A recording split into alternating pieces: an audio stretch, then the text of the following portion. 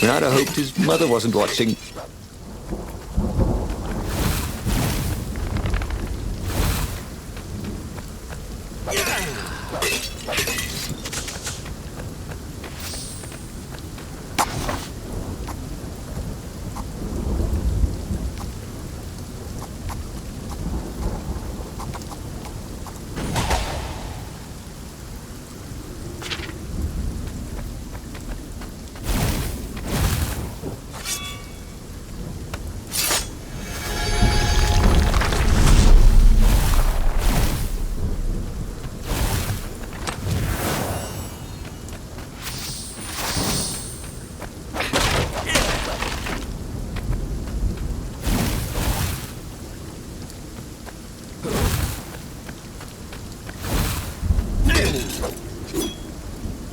It was good to practice your moves, thought Renato. Keeps you limber.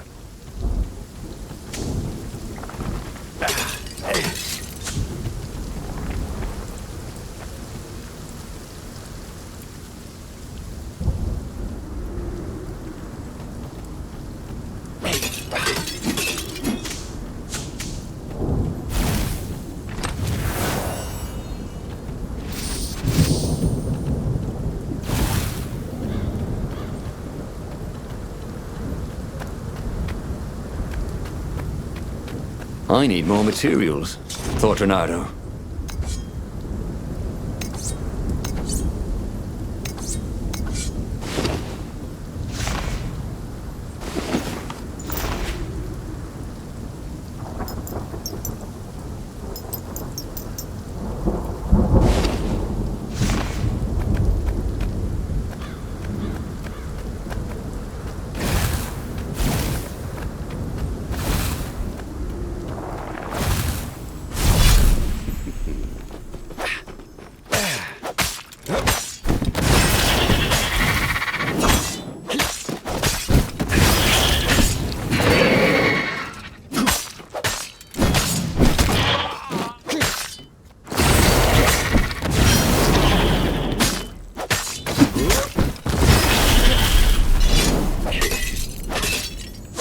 He could smell charred flesh and hear screams. The ruins were on fire. But the ravens had rigged up the core as some kind of burning ray. They wouldn't need to know the secret location. They were burning everything. It was killing them too. Their black feathers littered the path. He would have to take the core from them. It was the last thing he wanted to do.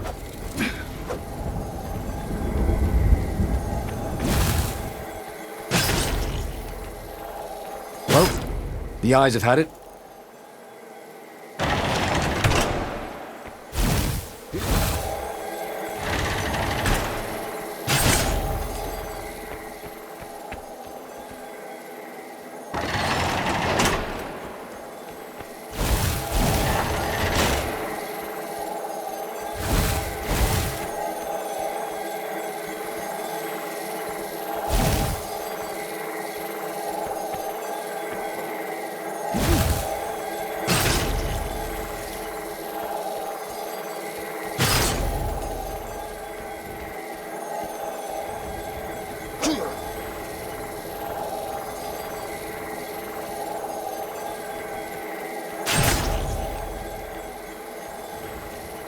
Huh?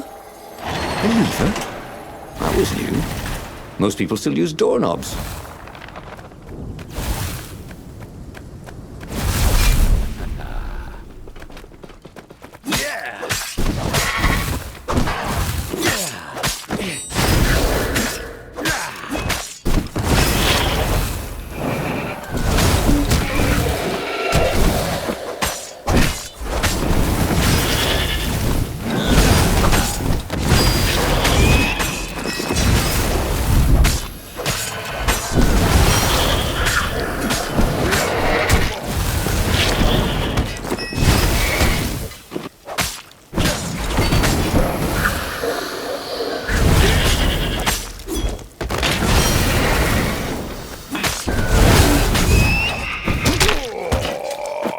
Should have faked left and then gone left, he thought.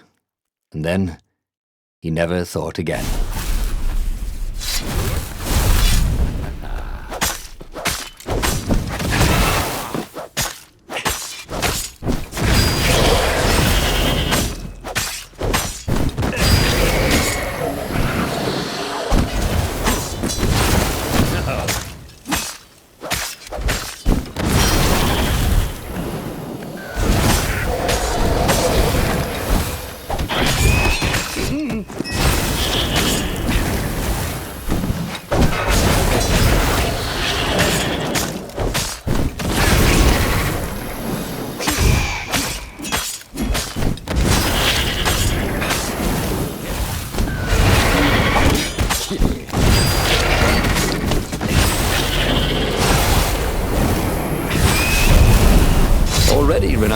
more than he ever had. But about what?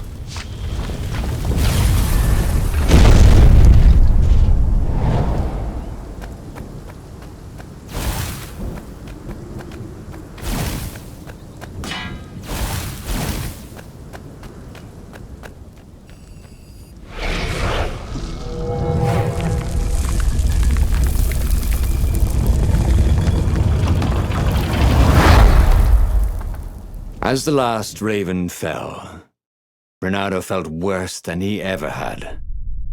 The core was killing him, again. The council members cautiously came out into the smoke. "You saved us," croaked the speaker. They would put the weaponized core deep in a cavern, she promised, where its poison could harm no one. They would heal him if they could, she said. No, it's a weapon now. We need one. I'll lead the charge. "It will kill you," croaked the speaker. "I guess it already has," Renato said. She bobbed her head gravely. "When all this is over," she said, "we'll name our new capital city for you." He flew towards the Imperial fleet, a myriad ships in disciplined formation, waiting for the signal to destroy the rebellion forever. Behind him, the rebels were charging. If he failed, they would die, and so the final battle began.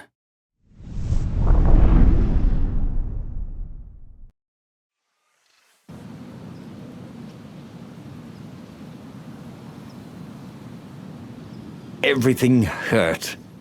It was unpleasant to fight this way. With each blow he struck with his sword, he felt weaker. Yet each time the core fired, it got brighter, as if the heat from the burning ravens and buildings only fed its hunger.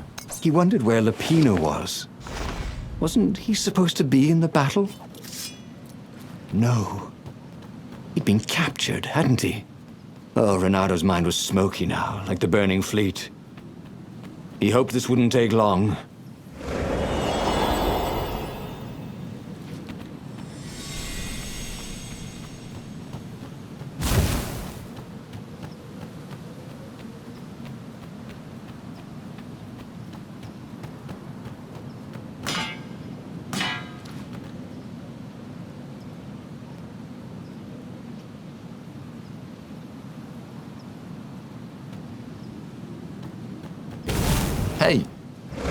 Hey, I'm a firefox, thought Renato.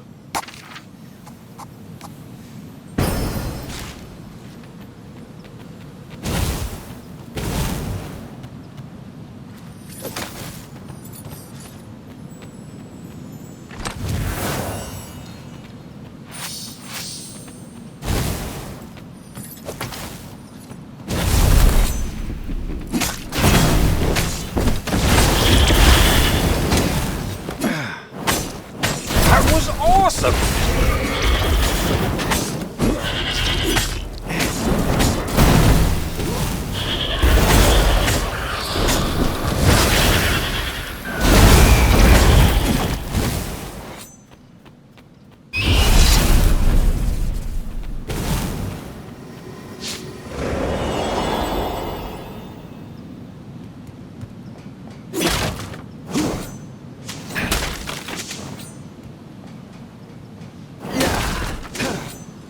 Had been the terror of the sandcastles when he was 2.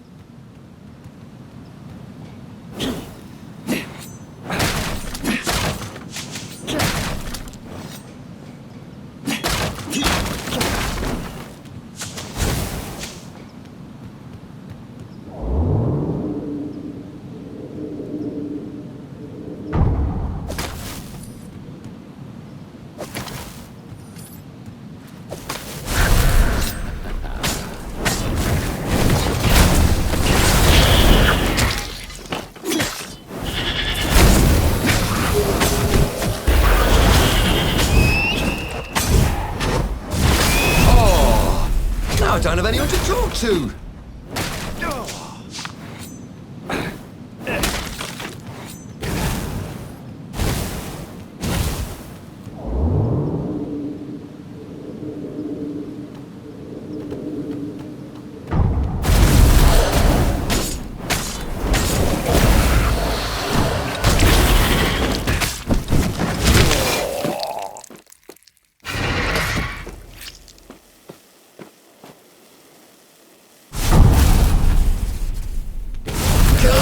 Kill the rebel! Caught one raven. Eat the rebel! Caught another.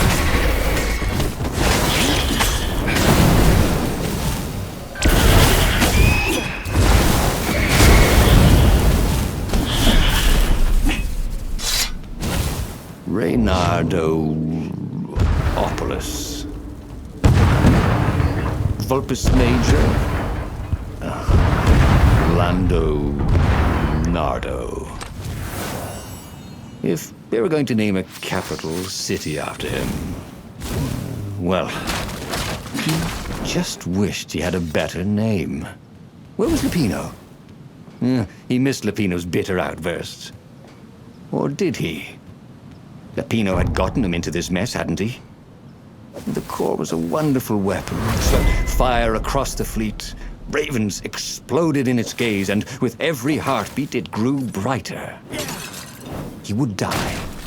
But he would die every inch a hero. Spectacularly, changing history like the legendary heroes of lore. Or was it yore? I couldn't remember anymore.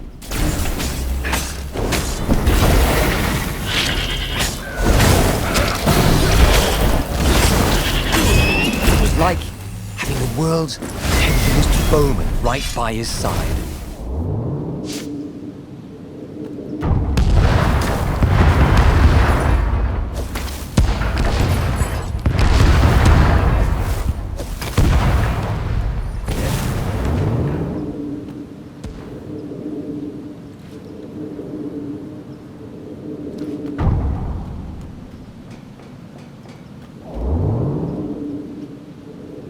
Imagine getting a horse up in one of these things.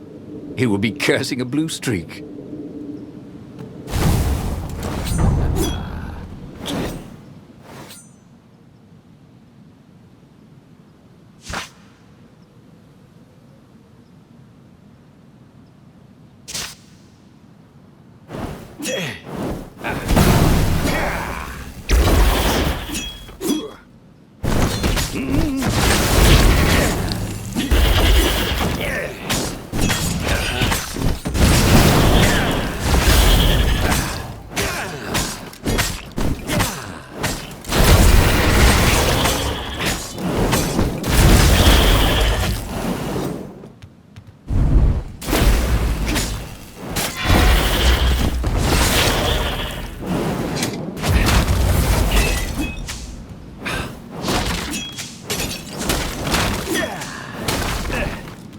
Reynardo fell to his knees. The Emperor's bodyguards were lined up before his ship, fierce ravens all, and Zenobia. She was conjuring. He could not take another step. All he could do was fire the core. The ravens, Zenobia, the ship, all burst into flames, disintegrated, and blew away. So they had one, after all. The core grew brighter. He shielded his eyes, but he could still see it through his sleeves and through the flesh of his arm. And then he felt heat, as the fire grew to consume both fleets. And then he felt nothing. Okay, that was weird. He could have sworn he'd just died. Instead, he was on the Farfarer, sailing away from Ubar. And it was still burning. He'd fled burning Ubar years ago, hadn't he? And now he was back there. Had all those years fighting the Empire been nothing but a vision into the future? A useful vision if it was true. He'd learned something. The core was powerful, but dangerous if used improperly.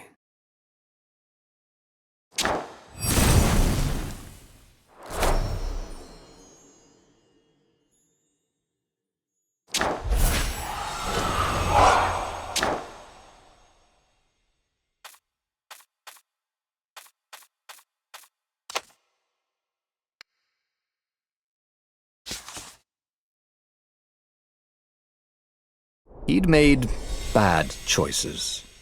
But now, when the real battle came, he wouldn't make those choices. He wouldn't make the same mistake twice. The book's pages began to flip backwards, towards the beginning. and he realized that his adventure was just beginning. The clouds parted over the Isles of Boreas. It was time to choose. The rebellion was in trouble. Ravens were scouting for the secret rebel base. They needed a game-changer. Pieces of the Sky Ripper had surfaced. Renato knew that using it could go catastrophically wrong, but he was sure he could figure out how to use it safely. Also, a temple had risen out of empty desert. The Emperor had brought the Sky Ripper pieces up out of ancient burial by his obscene rituals. Could this be where the Iblis stone was hidden? Someone better get it before he does, thought Renato.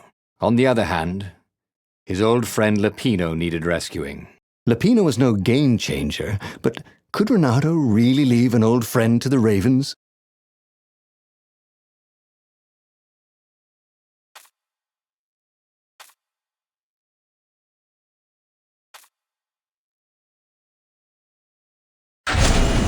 Every child knew about the Sky Ripper.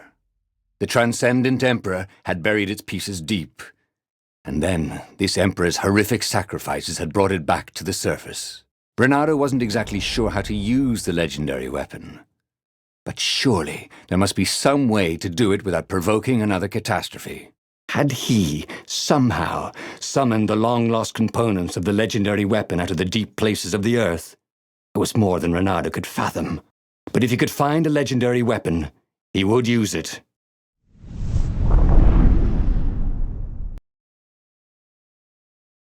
As he set foot on the island, Renato could not help but feel a tinge of guilt. He'd left Lapino behind. He hoped the Mad Rabbit had somehow escaped the Ravens. He hoped they hadn't eaten him. If they had, he hoped they hadn't eaten him alive. Why had he chosen the Sky Ripper? Renato never made plans that required constant vigilance. He was a hero. He didn't think too much. He just went with his gut and hoped it all worked out. The Sky Ripper was a long shot. He'd have to devote himself to it. No side journeys, no rescuing old friends. That was against his nature. Could he stick with it?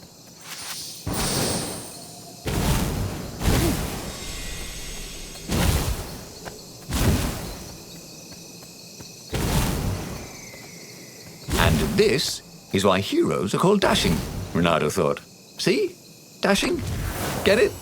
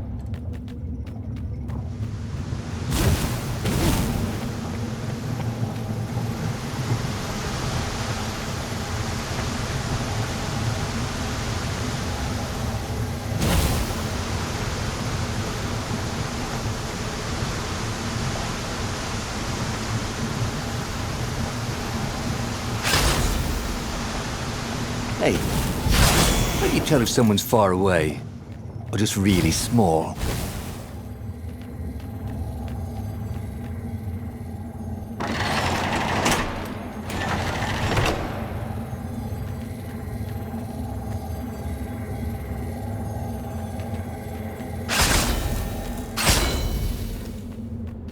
The people who had built this castle, did they even know what monstrous weapon lay hidden within their walls? The Sky Ripper could destroy anything it touched, or so the legend said. As the Transcendent Emperor had fought the Lost Gods, thousands of thousands had died. But Renato had been through wars. The only merciful war was a short one. Haven't you always wanted to do that?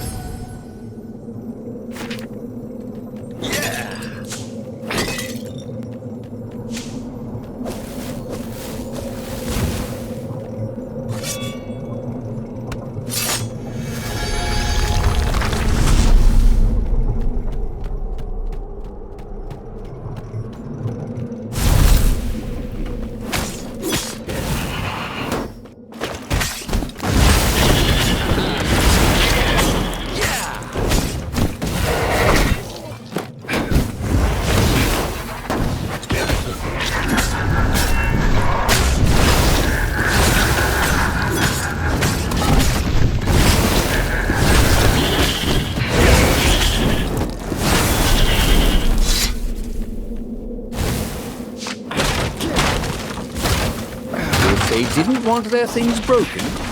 They really ought to make them stronger.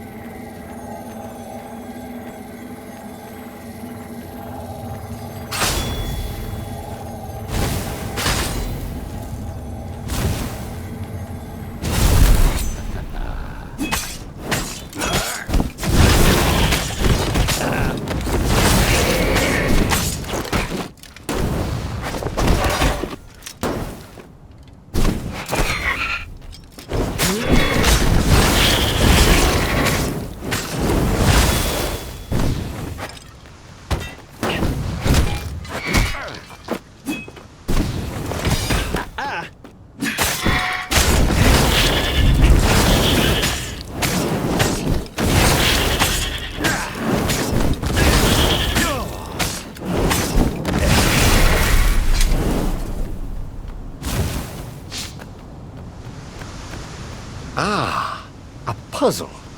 Renata loved puzzles, except when he couldn't figure them out. On the other hand, if there was a puzzle, it was probably meant to keep people away from something good.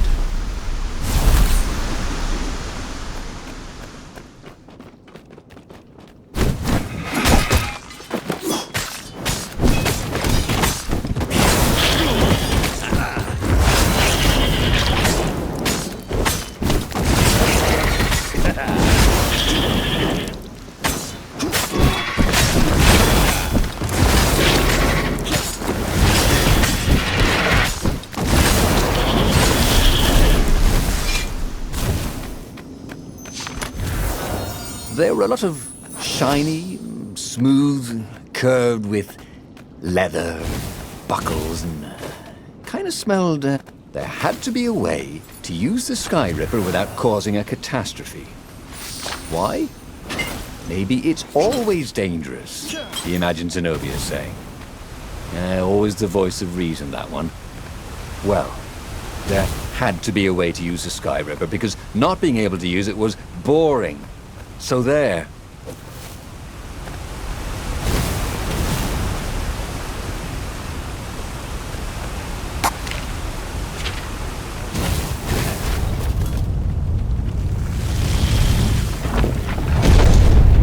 There it was. Sky Ripper's armature. The stuff that dreams are made of. Engineers' dreams, anyway. The device was intricate. No one alive had the skill to make a thing like it. How was it part of a weapon at all? He'd have to ask a scientist, but first, he'd get the second piece. Sky Ripper had a heart, a core that had come to rest on the next island. Well, there was another island he could reach. Zenobia had just invaded it with her father's Raven battalions. She must be encamped there still. But fighting Zenobia now... that made no sense at all. He'd already sacrificed one friend to get this armature, was it? He didn't need to hurry to face her. She would find him.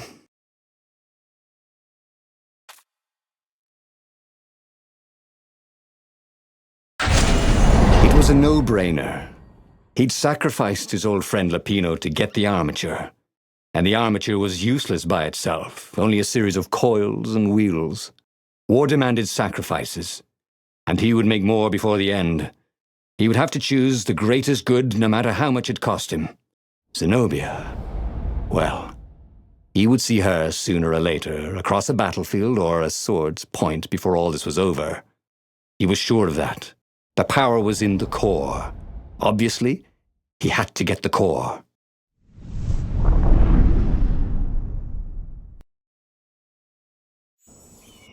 Doubt sunk in before he was even out of sight of the Farfarer. Why had he chosen the Sky Ripper? It was the sort of path he'd always avoided. The path of responsibility, of seriousness. Had he Grown up? He didn't feel grown up. He'd made this decision from his gut, like he always did. Somehow, he'd impulsively decided to stop being impulsive. Did that make any sense?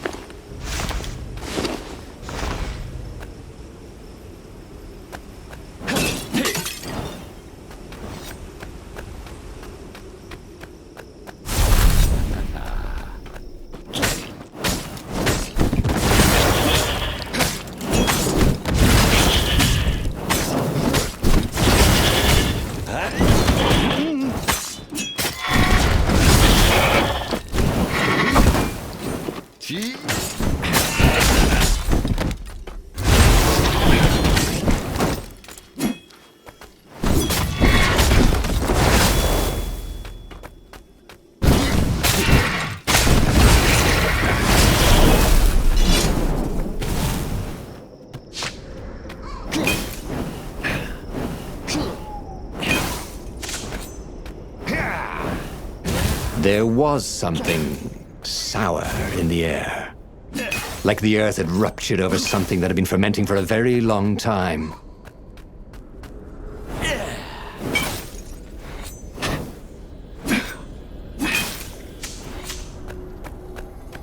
He was sort of yanking his own chain, wasn't he?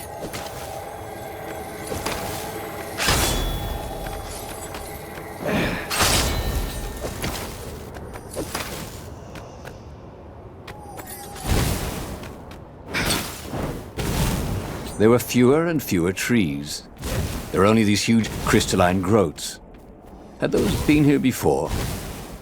He no longer heard birds except for the feverish cawing of the ravens when they attacked. He couldn't smell the small animals of the forest, the mice and rabbits. Where had they gone? And he was getting hungry too. This was an unhealthy place to be. It was definitely easier to fight inanimate objects.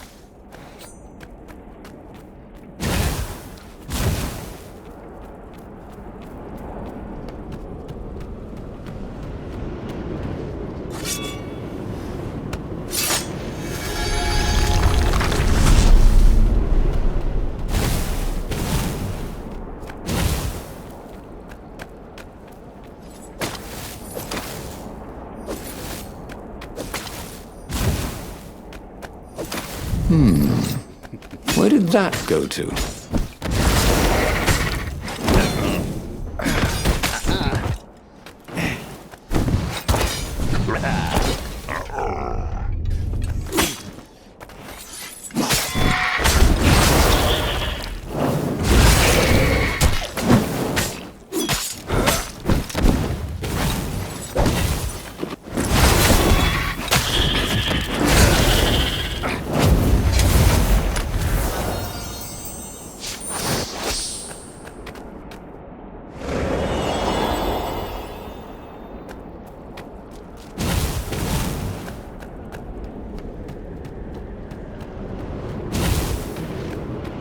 Of course there was a puzzle.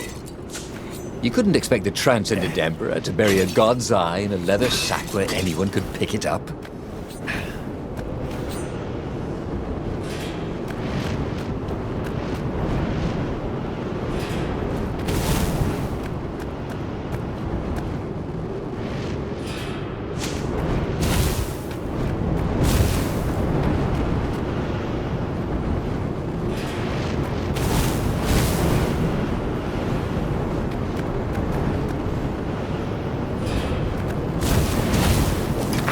Ow!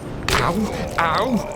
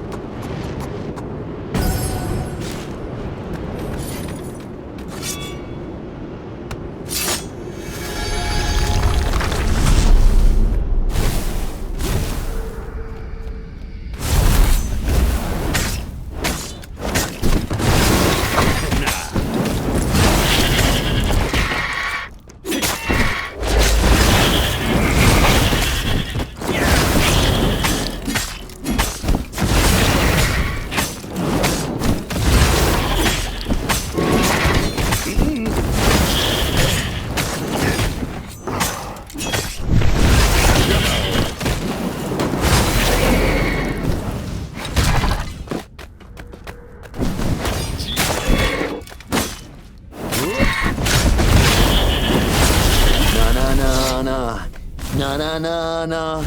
Hey, hey, hey. Goodbye.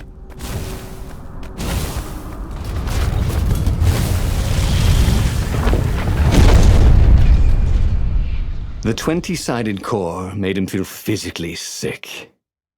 Once he had sneaked into a temple of the dark arts, and he hadn't liked what he smelt and saw there. This felt like that. As quick as he could, he wrangled the icosahedron into the armature. The wheels began to spin, then glow. The sick feeling quickly spun away. Now he only felt sad. He had lost good friends for this war apparatus. He carried his prize back to the Farfarer. Now he had to make his next move. There was a key Imperial outpost on the Nexus. If this really was some sort of superweapon, he could use it to wreak havoc on the enemy. And if it wasn't, well, better to know that before the final battle. But maybe he should show it to some scientists first. There was an observatory on the Nexus. Maybe he should go there before he fired it. Well, of course, if you've just assembled a weapon out of legend that can exile gods from the world, you'd want to have a scientist or two look at it. And even if they disagreed and he had time, he could ask Calaveras himself. Yes, the observatory would be his objective.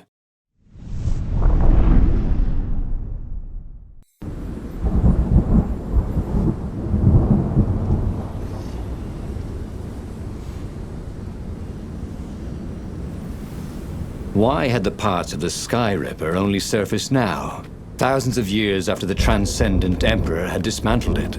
The mad Emperor Isengrim had performed terrible, bloodthirsty rituals to invoke the lost gods. Was that why these ancient artifacts were rising out of the ground? How perfect, then, that the Sky Ripper would reappear to be his destruction.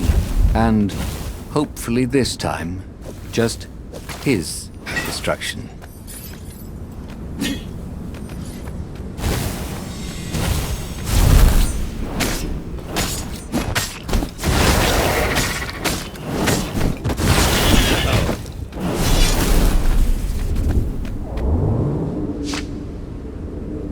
These platforms were great. Renato wanted one for his house.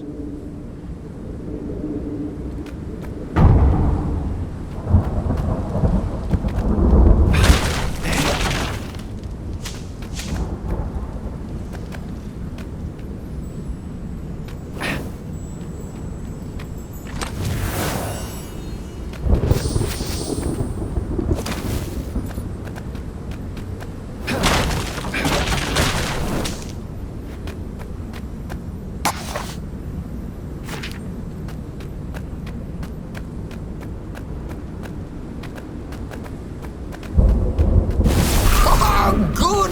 I need a new rug for me nest, said the lead raven.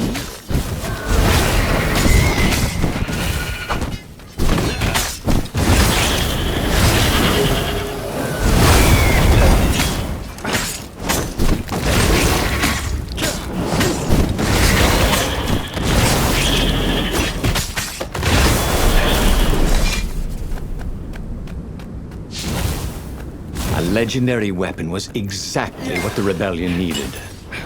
They were outnumbered. The once kind emperor had become a tyrant. But his ravens stayed loyal, for he fed them his victims, and the other animals were too frightened to rebel. Renato shuddered at what the emperor was trying to do. To bring back the lost gods, the Black Harvest, the Black Sun? No. He would stop that toad, no matter what the risk. If he ever had a castle, he was going to hide his stuff better.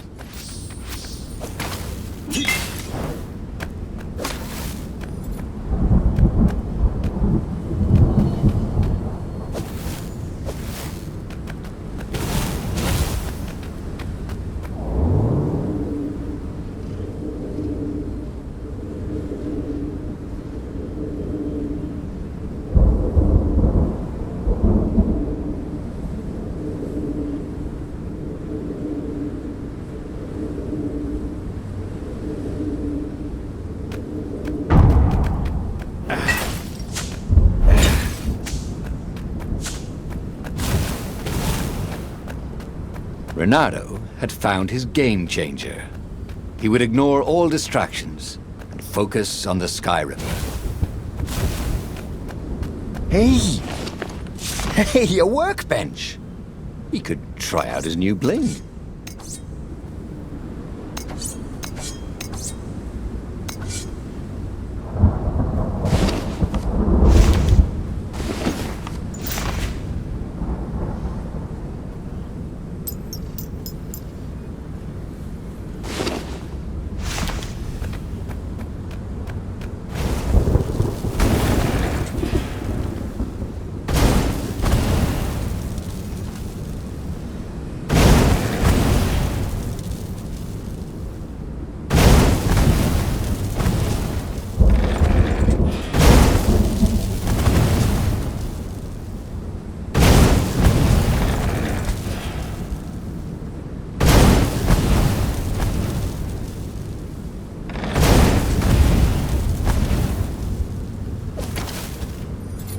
Can't we just agree to disagree? Boy, some people were just liable to explode if you upset them.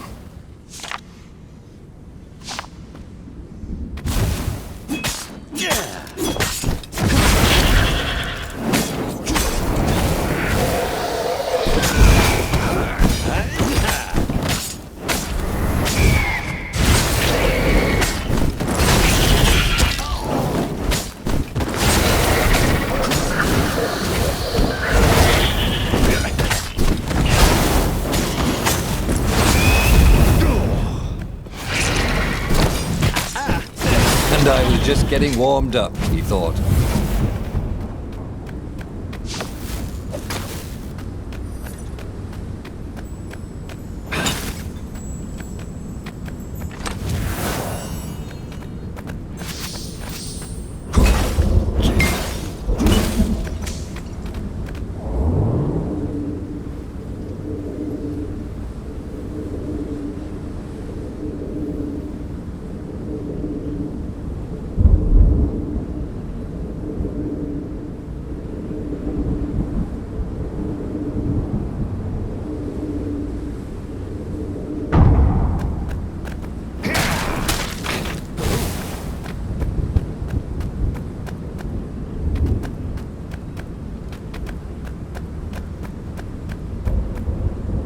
Renato was thrilled. The scientists seemed to think he'd put the Sky Ripper together right. But one toad was worried. Yeah, the Sky Ripper could tear a hole in existence itself. There are invisible strings that tie the universe together. If the Sky Ripper cut one, the hole would widen and widen until our whole existence fell into it. Another toad sighed. Irving still believes in string theory. At least go see Calaveras. Yeah, said the worried toad. He knows more than anyone else has forgotten about the Transcendent Emperor. If anyone could tell him how to use this weapon safely, it would be Calaveras. It was he who had told Renato how to find it in the first place. But maybe he had to give up on using it as a weapon. Maybe he had to go to the secret rebel base and ask the generals there what he could do with a weapon that he dared not use. One way or another, there had to be a safe way to use it. Well, he should have known he'd have to consult Calaveras again. The scientists at the observatory were smart enough. But what did they know of the Transcendent Emperor? He hoped it wouldn't delay him too long. The rebels had scheduled the final battle soon. Every day they delayed risked the exposure of the secret base. And some soldiers were already drifting back to their homes and families. Calaveras would fix the Sky Ripper for him, and then he would win the final battle.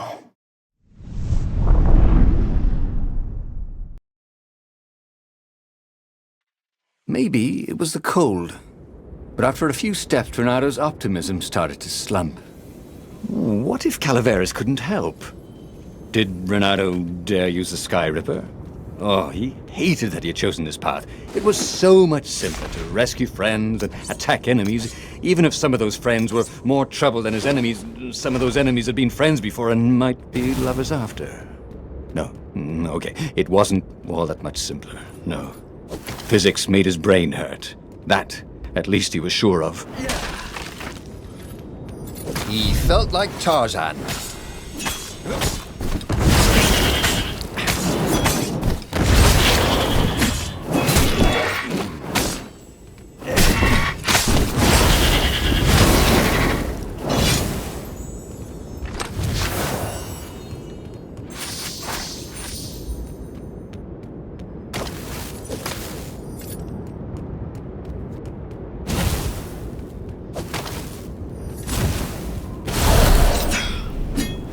Sometimes, at home, he'd wave his sword around for hours.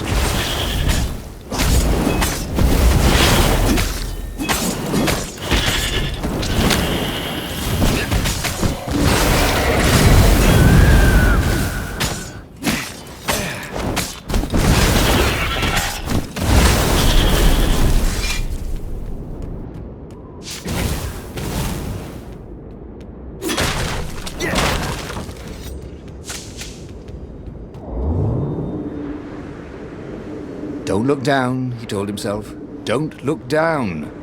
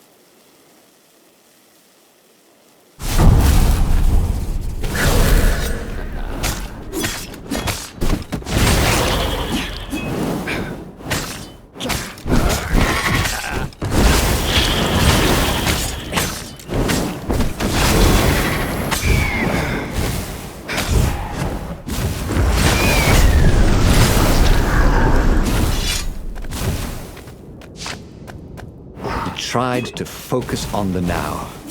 The ravens who seemed everywhere all the time. Where did they hatch from? Were there giant raven hatcheries somewhere, or did they have families? Ooh, he didn't want to think about raven mummies raising their darling raven chicks. Yeah, Calvaris would help. He would make Renato feel better about using the Sky Ripper, and then Renato wouldn't have to worry about ravens ever again.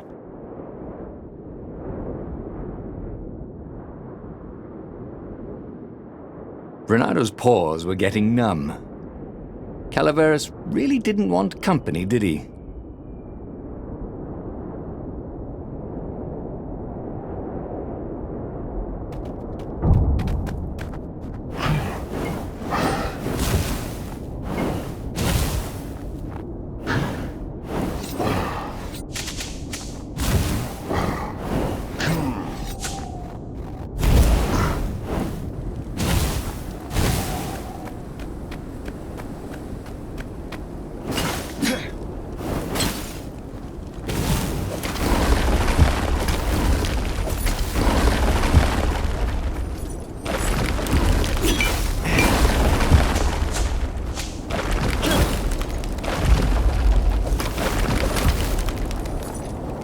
As for the gate, well, he could take her or leave her.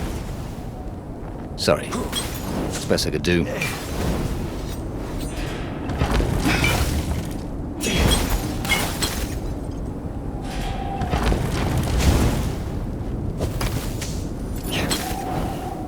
Renato had sacrificed a friend for the Sky Ripper.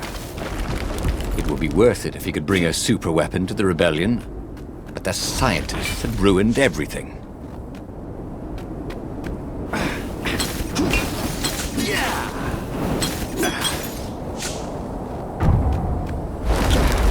There had to be something useful in these things, didn't there?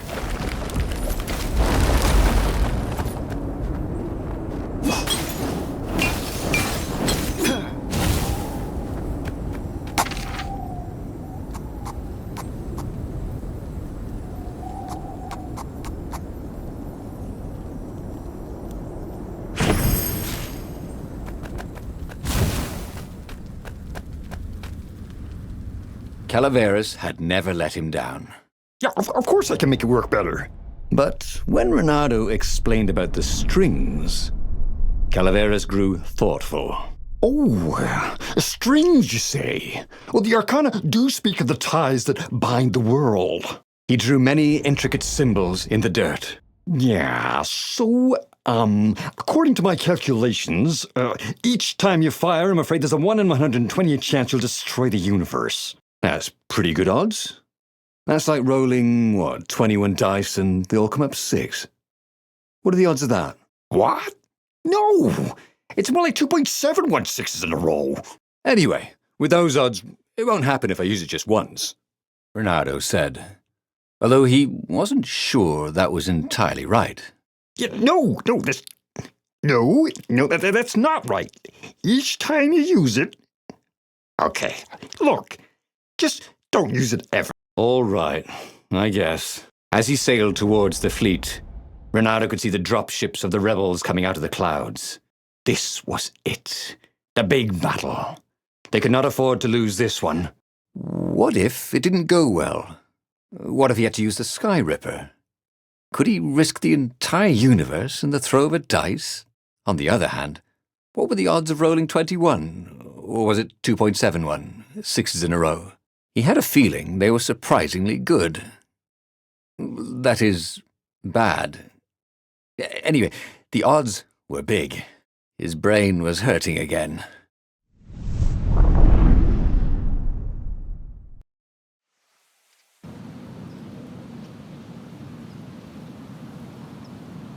The battle was not going spectacularly well. What had the rebels been thinking? They'd been thinking he would bring the Sky Ripper, or the Iblis Stone, or that he'd sideline Zenobia somehow, or turn her. Couldn't he use the Sky Ripper just once? After all, if chances were 1 in 128, that meant he'd for sure be okay the first time. They'd get worse each time he used it, but the first time would be okay, right? He wasn't sure that it was right. So he didn't fire the Sky Ripper. He just brought it along, in case. Whee!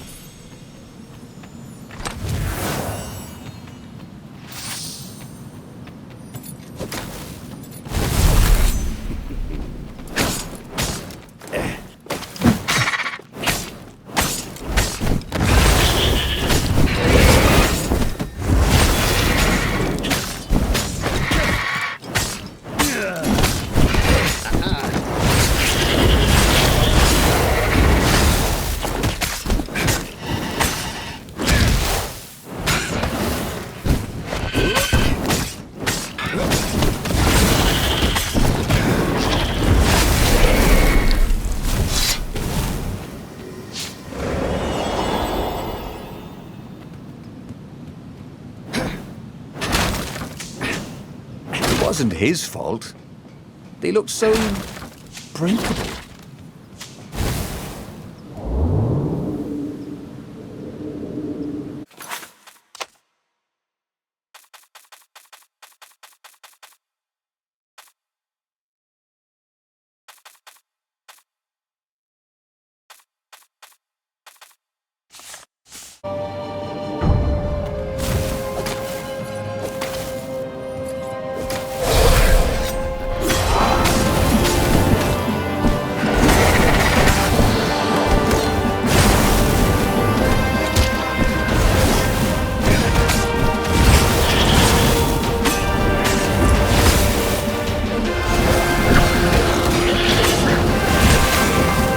Smelt burnt fur.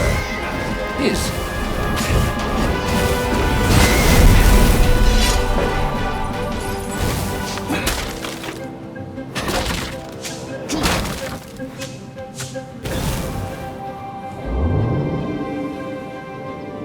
There was an inscription on the platform. Balaleka lesson with an address.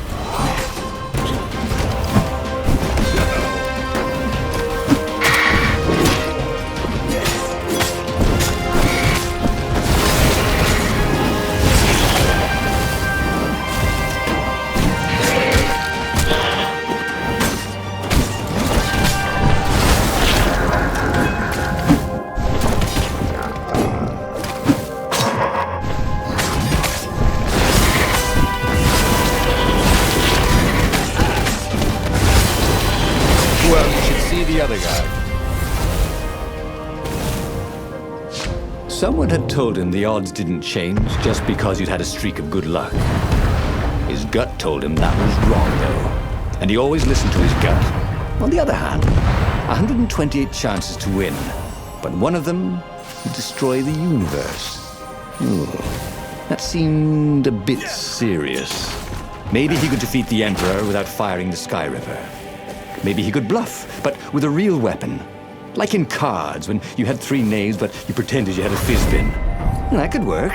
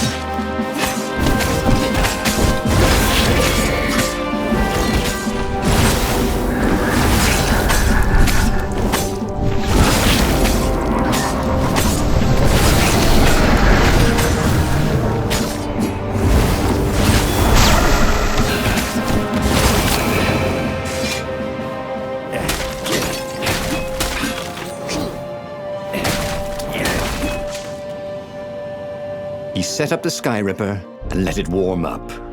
He would bluff if he had to. Zenobia came out, flanked by a very daunting platoon of ravens. "You won't actually use that," she said in that annoying, "I know everything because I'm a cat and you know nothing because you're just a fox" voice she had. "Oh, I know the odds." "Good, because there's a real chance you could destroy the universe." "No, not the first time I use it. The odds are too low." "What? No? Yeah, sure. The first time, the odds are practically nothing. They only go up if I use it a bunch more times." "No, but that's not how odds work. Didn't you pay attention in class?" "Now surrender, or I'll use it. Just once," he said. "Don't." He felt sure the odds were with him. You have to go with his gut. That's what heroes do. "Fire," he said. "Please?" The Sky Ripper fired. With a tremendous whoosh, the Emperor's flagship went up in flames. It was awesome. Then he noticed there was a hole in the air. A blackness like a tear in a parchment. Wind was blowing into it, widening it. It grew larger and even larger. Crates fell upwards into it, and the world itself seemed bent, like the reflection on a curved mirror, as it poured into the ravenous hole. 1 in 128. What are the odds? Thought Reynardo, and then everything fell into the hole and was gone. Reynardo stared at the book. He was still alive. Again. And still only flying away from burning Ubar. Had he lived that adventure? Or only dreamt it? Had he really died? It felt so real, not like a dream at all. And he'd lost again. Oh, he hated that. But he had made different choices. And he'd lost in a different way. It was the book, wasn't it? Oracles showed you your destiny. But this was showing him different ways he could die miserably. Thanks a bunch, book, he thought. But these were destinies that he did not have to fulfill. And he hadn't learned anything new this time. He'd done the same thing twice, yet expected a different outcome.